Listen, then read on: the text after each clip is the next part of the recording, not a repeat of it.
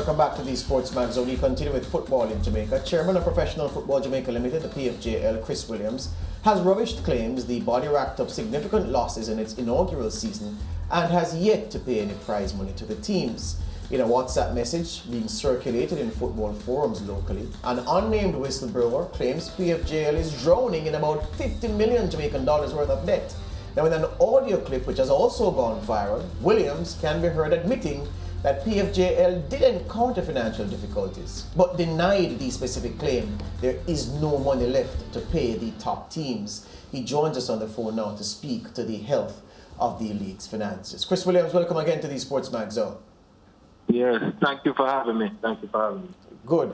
Let's start right at the very top, Chris. We heard you trying to set the record straight insofar as the state of the league is concerned, the financial hangover from the first season, which you tried to put in a context of COVID-19 difficult situation, one of your biggest sponsors not coming through on what they signed to provide in terms of capital for the league. And you also spoke to the issue of teams and the prize money issue. Let's take them one by one from the top.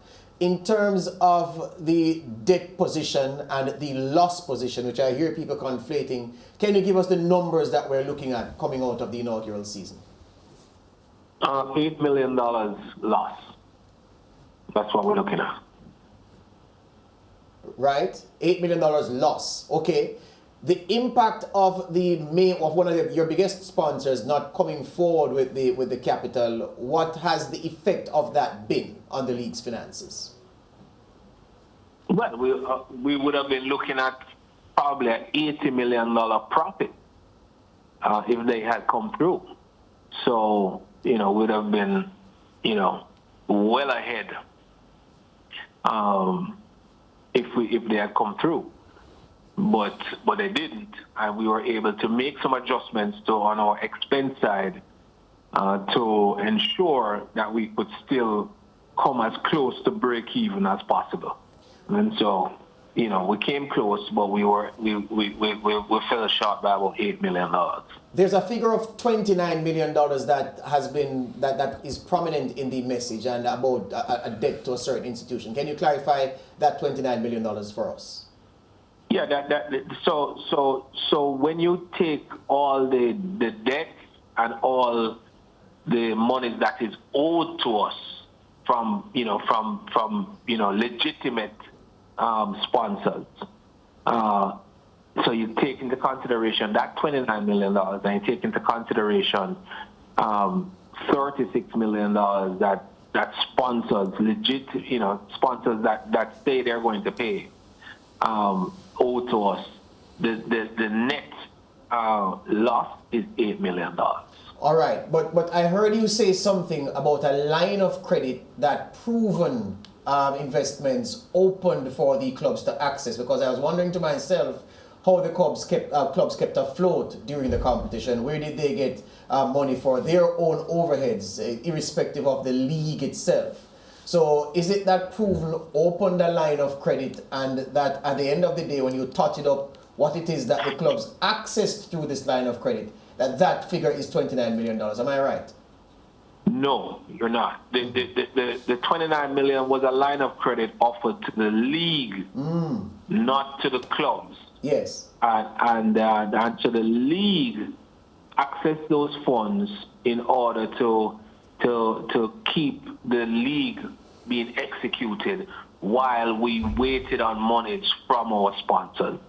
Because the sponsors, the fact that you have a bill to pay Tuesday morning at 9, yes, they don't really care. They're paying you, this September 30th. Yes. So you have to find a way to pay that bill Tuesday morning at 9 until you get money from the sponsor September 30th.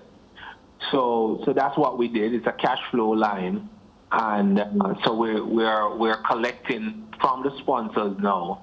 And as we collect from the sponsors, we will liquidate that line. Yes, all right. Insofar as the costs that kept ballooning as you went along, because I would imagine that with the precautions that needed to have been taken to guard against COVID-19 and the fact that the league was played in a bubble, there would have been costs that you would have budgeted for, but of course these costs moved up as perhaps supplies became, the availability of supplies and other factors. What are some of those big costs that kept ballooning that contributed to the $8 million loss at the end of the league?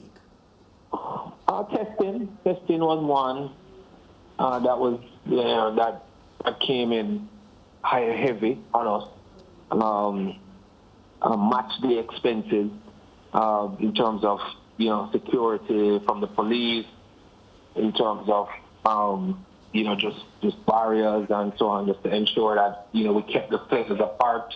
We had to set up several tent areas. So because of the protocol, the execution of the league was definitely more expensive than ever before. But that's business. That's business. You have to adjust and pivot constantly. And I think we did a good job of adjusting and pivoting as we went along. As some revenues exceeded budget, some fell below budget. In the main two that fell below budget, one was the main sponsor that didn't come through on their contracted amount, and then we also had a budget for an income for gate receipts, because we were hoping that the pandemic would have subsided and we would have been able to execute the finals inside the National Stadium with spectators and so on.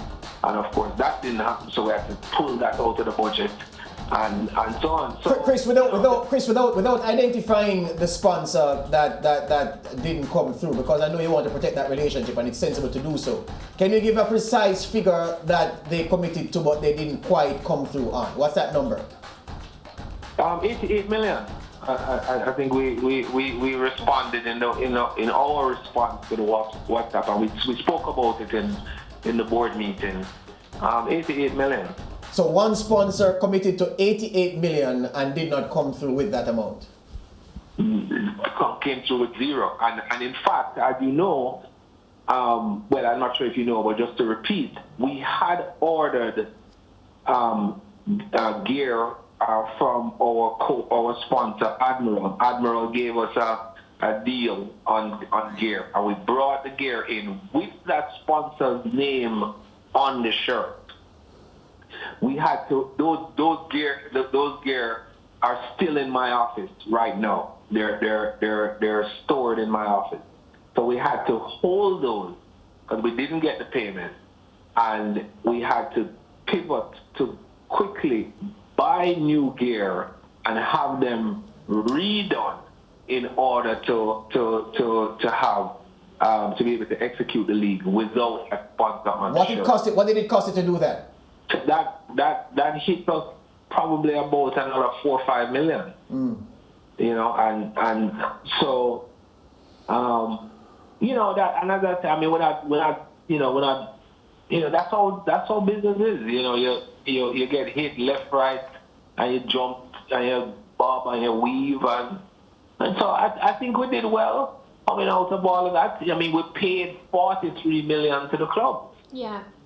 So I mean, outside of that, and even within that, this is that has never been paid to the club. Right. So we still did extremely well in providing the clubs with financial support. In addition to paying the 43 million, we also provided transportation, and we also provided apparel. The clubs didn't have to pay for apparel, they didn't have to pay for transportation, and we distributed cash to them. Right. So and Chris, I think net we went well. Chris, and even so, whenever clubs play in competition, they look forward to that particular prize money that is promised to them at the end of the season. That's why they do what they do. Now, we know that, you debunked the claims that they will not be getting prize money. But can you tell us, by how much of a cut was the prize money? I think about 50%. Oh. 50%. So, but we never committed to any amount. Okay. What we're cutting is what we targeted. So you're sitting down in in a room and you say, all right, we want to pay, $2 for prize money in our budget. This wasn't, we've never publicly come out and say the prize money is $2. This was in our finance committee budgeting session. We say, all right, if we get the 88 million and we do this and we do that, then we can, pay a better prize money than before.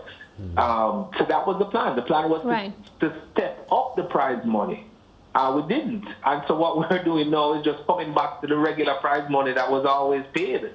So I don't understand what the hullabaloo is about, because this was an internal discussion. This was, you're sitting down across the table as board members and you're saying, I want to pay $2. I say, yeah, we can pay $2 because if we get $88 million, we can easily pay $2, despite the fact that, we've always paid $1. We say, well, since we're getting $88 million, let us pay $2 this year. Right, but Chris... So that was the internal discussion. By the time we realized we weren't getting the 88, the official communication to the board is the prize money is X. Yeah, that was it. No. And Chris, this JPL season, it went off, without any problems whatsoever. Now, aren't you concerned that this news coming to light would, paint you as the head of dealing with the JPL in a bad manner? Absolutely. I'm extremely upset and disappointed. And not for two reasons. One is it affects the league. I mean, fine, I can take it and, people know, I would hope people know me and what my company has done and how significant my company is. But I don't want, the league is young and it's growing and it's developing and just came off of a nice season, great, viewership and coverage and so on. I don't want it tainted in the league. That's one. And then two, you want to start to operate in a much more confidential manner in your boardroom. You know what I'm saying? I'm used to that. I'm not used to this. I go to several board meetings and we argue and cuss and carry on about various issues, and at the end of the meeting, we all come out as one and move forward. So I'm extremely disappointed that, a board discussions at a board meeting could make its way within 24 hours to a WhatsApp. Incorrectly so, mind you, but still, that's just poor and just weak, and we have to get past this. We can't let this win. Yeah. That's the most important thing for me. I'm not going to let that win. Yeah, Chris, or quickly, Chris, before we wrap the segment, because we're just about to wrap the segment now. Two things quickly. I know there's a projection to restart the 2021 or start the 2021-22 season before year end. How is the current climate with regard to that? And can I ask you very quickly as well, the unprecedented construct of each team having a particular sponsor to the tune of 10 million. How did that work? Did that go off satisfactorily?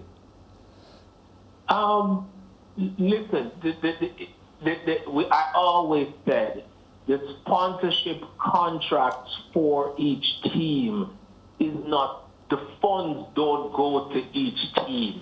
It's just a marketing strategy to allow the sponsors to feel aligned to a particular team.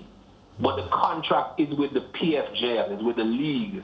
So the funds go into one pot, and then the expenses are paid from that pot. The question still stands though. Did that procedure work satisfactorily? I think so. I think that the sponsors felt very, very aligned. I know certainly the winning sponsor was extremely ecstatic. And so it works. It works. The sponsors get behind that particular team and they feel, excited and they're really passionate. Those that didn't win, the sponsors would message us and complain. Yeah. So yes, it worked. It worked. In terms of when the new season is, we're in that process now. I can't comment on that as yet. Okay, well, Chris, thanks for talking to us. And this has been a story that has been raging in Jamaica for the last 24 hours. We're happy that you could appear on the SportsMax Zone and address it in the way that you have. Thank you for having me. Okay, still to come on today's show, we review the latest round of action from La Liga and the EPL, plus taking a look at what's happening in the NBA. Also remember, live sports continues all week on SportsMax, SportsMax 2, and the SportsMax app. UEFA Champions League taking center stage on Tuesday. Bayern Munich, the Group E leaders against Benfica. Top of the table clash here at 3 o'clock, 4 Eastern Caribbean time on SportsMax. And SportsMax 2, Malmo versus Chelsea. That's a 12:30 game early, 1:30 Eastern Caribbean. And then at 3 o'clock, struggling Barcelona travel to Ukraine to play Dynamo Kiev.